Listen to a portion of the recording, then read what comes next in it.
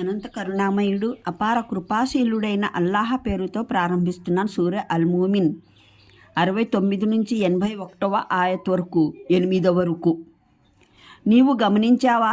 అల్లాహ ఆయత్ల విషయంలో తగువులాడే వారిని వారు ఎటు నుండి త్రిప్పివేయబడుతున్నారో చూశావా? వీరు ఈ గ్రంథాన్ని మేము మా సందేశహరులతో పాటు పంపించిన గ్రంథాలన్నింటినీ ఆబద్ధీకరించేవారు. ఆనతి కాలంలోనే వారికి అంతా తెలిసిపోతుంది. గుదిబండలు వారి మెడలకు పడినప్పుడు, ఇంకా సంకెళ్లను పట్టుకొని వారిని మరిగే నీటి వైపునకు లాక్కుపోయినప్పుడు, తరువాత వారు నరకాగ్నిలో విసిరివేయబడినప్పుడు, అటు పిమ్మట వారిని అడగటం జరుగుతుంది. ఏరి వారంతా దైవం కాక మీరు సహవర్తులుగా చేసుకుంటూ ఉన్న ఇతర దేవుళ్ళు. వారు సమాధానంగా పలుకుతారు, వారు మా నుండి తప్పిపోయారు. అంతేకాదు లోగడ మేము దేనిని మొరపెట్టుకునే వారము కాము. ఈ విధంగా తిరస్కారులు వారి దారి తప్పినవారు అన్నదాన్ని అల్లాహ రూఢపరుస్తాడు, వారికి చెప్పివేయడం జరుగుతుంది. ఈ పరిణామం మీకు జరగడానికి కారణం మీరు భూమిలో అసత్యమైన దాని పట్ల సంతుష్టులై మెలిగేవారు, పైగా దాని పట్ల నీలిగేవారు. ఇక పొండి, నరక ద్వారాలలోకి ప్రవేశించండి. మీరు కలకాలం అక్కడే ఉండవలసి ఉంది. అత్యంత హేయమైనది దురహంకారుల నివాసం. కనుక ప్రవక్త సహనం వహించు. అల్లాహ వాగ్దానం సత్యతత్పరమైనది.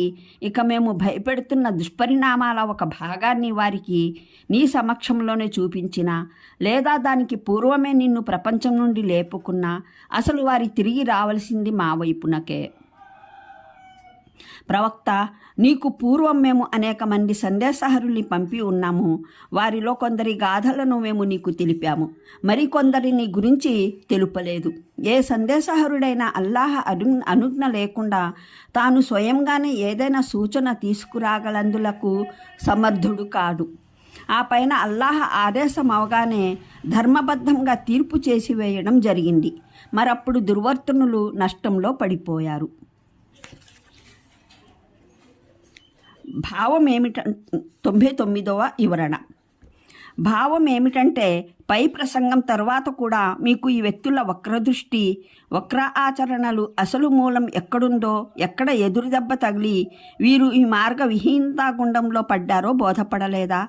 ఒకటి విసిదం కావాలి. ఇక్కడ నీవు అన్న సంబోధన ప్రవక్త మహానీయుల సల్లల్లాహు అలైహి వసల్లంకు కాదు. ఈ ఆయత్లను చదివే లేదా వినే ప్రతి వ్యక్తి దీని సంబోధితుడే. ఇది వారు ఎదురుదెబ్బ తినడానికి అసలు కారణం.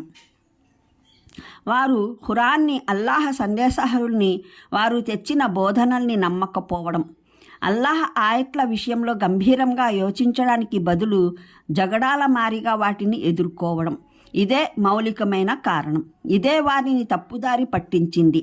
వారిని రుజుమార్గాన తీసుకువచ్చే సకల అవకాశాలు అంతమొందించింది. అంటే వారు తీవ్రమైన దప్పికతో గత్యంతరం లేక నీరు ఆర్ధిస్తే నరక కార్యకర్తలు వారిని సంకెళ్లతో లాక్కెళ్ళి మరిగే నీటి చెలవల వద్ద వదిలిపెడతారు. తరువాత వారు అది తాగి ముగియగానే తిరిగి వారిని లాక్కెళ్ళి నరకాగ్నిలో పడవేస్తారు. అంటే వాస్తవంగానే వారు దైవమో లేదా దేవుని సహవర్తులో అయినట్లయితే అవసరం కలిగినప్పుడు వారు మిమ్మల్ని ఆదుకుంటారన్న ఆశతో మీరు వారిని ఆరాధించినప్పుడు వారు వచ్చి ఇప్పుడు మిమ్మల్ని ఎందుకు విముక్తి కలిగించడం లేదు? భావం, మేము ప్రపంచంలో షిర్క్, బహుదైవారాధన చేసేవారము కాము అన్నది కాదు. భావం ఏమిటంటే, ఇప్పుడు మాకు ఈ విషయం తేలమైపోయింది. మేము ప్రపంచంలో ఎవరికైతే మొరపెట్టుకునేవారమో వారు వాస్తవానికి ఏమీ కారు. అతి అల్పమైన వారు, కళేబరాల వంటివారు. అంటే మీరు సత్యం కాని దాన్ని అనుసరించడంతో మాత్రమే సరిపుచ్చలేదు, అసత్యం పట్ల ఎంతగానో సంతుష్టులై పరవశులైపోయారు. సత్యం మీ సమక్షంలో సమర్పించినప్పుడు దాని పట్ల ఏమాత్రం శ్రద్ధ చూపలేదు, పైగా తమ మిథ్యా ఆరాధన పట్ల నిక్కుతూ తిరిగారు. అంటే ఎవరైతే జగడాల మారులై నిన్ను ఎదుర్కొంటున్నారో, అతిహేయమైన ఎత్తుగడలతో నిన్ను చిత్తు చేయాలని అనుకుంటున్నారో వారి మాటలకు, వారి చేష్టలకు సహనం వహించు. అంటే నీ పైన దెబ్బతీయాలని ప్రయత్నించిన ప్రతి వ్యక్తిని ఈ ప్రపంచంలోనే, నీ జీవితంలోనే మేము శిక్షించాలన్నది తప్పనిసరి కాదు. ఇక్కడ ఒకడు శిక్ష పొందినా పొందకపోయినా ఎట్టి పరిస్థితుల్లోనూ మా పట్టు నుండి తప్పించుకుపోలేడు. మరణించిన తర్వాతనైతే అతను తిరిగి మా వద్దకే రావాల్సి ఉంది. అప్పుడు అతను తన చేష్టలకు పూర్తి శిక్ష అనుభవిస్తాడు. ఇక్కడి నుండి మరో విషయం మొదలవుతుంది.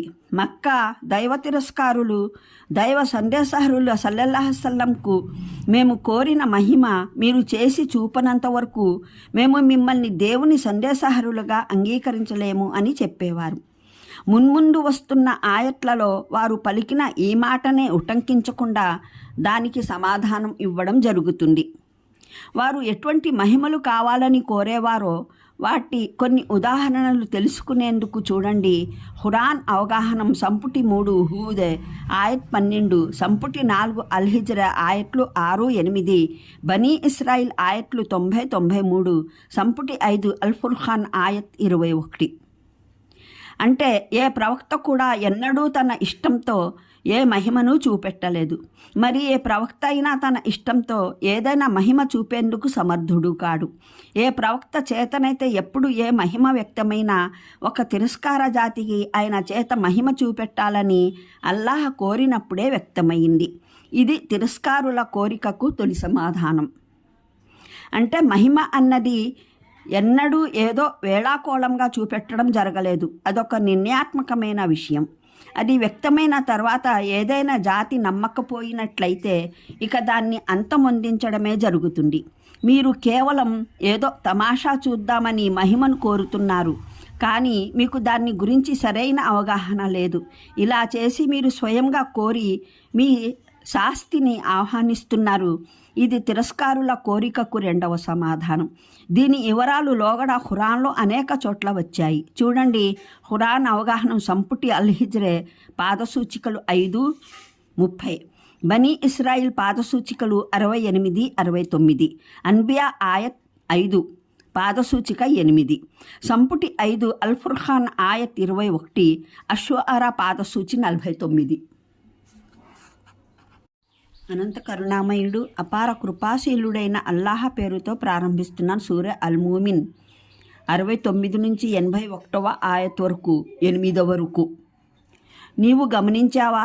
అల్లాహ్ ఆయట్ల విషయంలో తగువులాడే వారిని వారు ఎటు నుండి త్రిప్పివేయబడుతున్నారో చూశావా?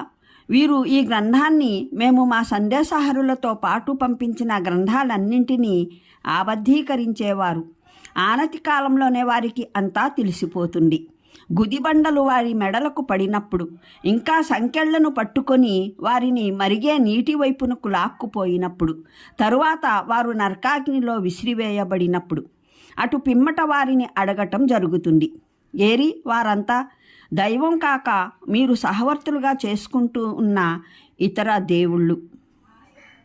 వారు సమాధానంగా పలుకుతారు, వారు మా నుండి తప్పిపోయారు. అంతేకాదు లోగడ మేము దేనిని మొరపెట్టుకునే వారము కాము. ఈ విధంగా తిరస్కారులు వారి దారి తప్పినవారు అన్నదాన్ని అల్లాహ్ రూఢపరుస్తాడు, వారికి చెప్పివేయడం జరుగుతుంది.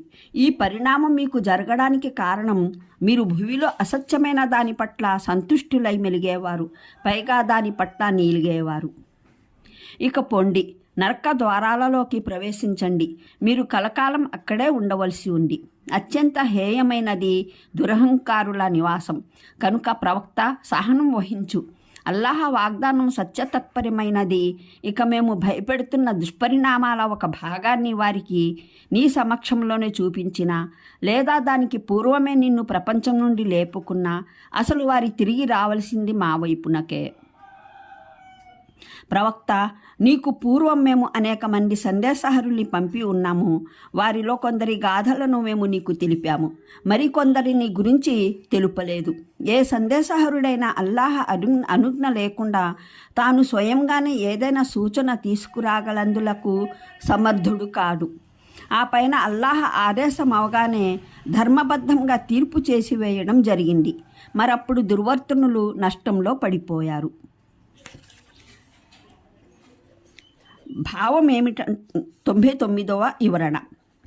భావం ఏమిటంటే పై ప్రసంగం తర్వాత కూడా మీకు ఈ వ్యక్తుల వక్రదృష్టి, వక్ర ఆచరణలు అసలు మూలం ఎక్కడుందో, ఎక్కడ ఎదురు దెబ్బ తగిలి వీరు ఈ మార్గ విహీనతా గుండంలో పడ్డారో బోధపడలేదా? ఒకటి విసిదం కావాలి. ఇక్కడ నీ